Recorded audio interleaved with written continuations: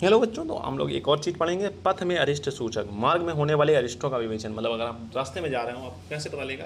अगर आप किसी की चिकित्सा करने जाते थे पहले पहले वैद्य, तो उन्हें कैसे पता चलता था कि वो आदमी जो है वो बचेगा नहीं? तो पहले क्या, रास्ते में छींक आना।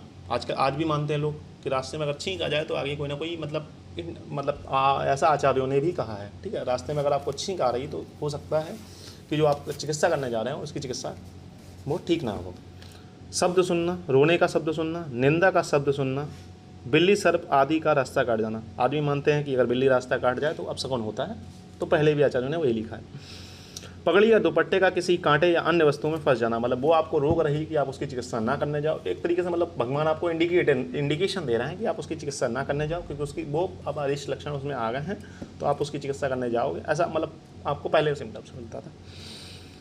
छाता जूता आदि का टूट जाना, मतलब आप जो भी पहन के जा रहे हो, जूता वगैरह वो टूट जाए, ठीक है।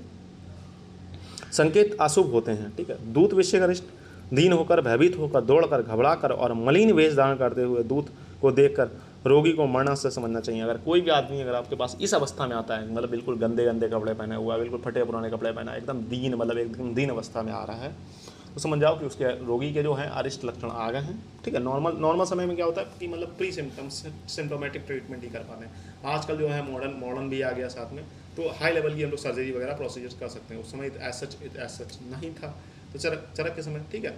सुसुन ने नॉर्मली सर्जरी की है। यहाँ पर हम लोग बात करेंगे चरक की। चरक ने काफ़ी कॉम्प्लिकेटेड सर्जरी की है, तो वो तो चरक मतलब सुसुन ने काफ़ी कॉम्प्लिकेटेड सर्जरी की है, लेकिन हम लोग चरक के पॉइंट ऑफ व्यू से पढ़ रहे हैं, तो चरक यहाँ पर मेडिसिन से ही चीज़ों को ठीक करते हैं, हर्बल ड्रग्स से। तो हर्बल ड्रग्स में अगर कोई भी ज़्यादा अंदर कॉम्प्लिकेशन हो गया तो वहाँ पर सर्जरी वगैरह करनी पड़ेगी, और चरक ने नॉर्मली सर्जरी का दिया नहीं उतना कुछ, तो उन्होंने कहा इस समय रोगी को त्याग देना चाहिए नॉर्मली। तो वहाँ पर वो सुश्रुत का कॉन्सेप्ट आएगा, ट्यूमर है पेट में, वहाँ पर सर्जरी का कॉन्सेप्ट उनका सुश्रुत का है, ठीक है।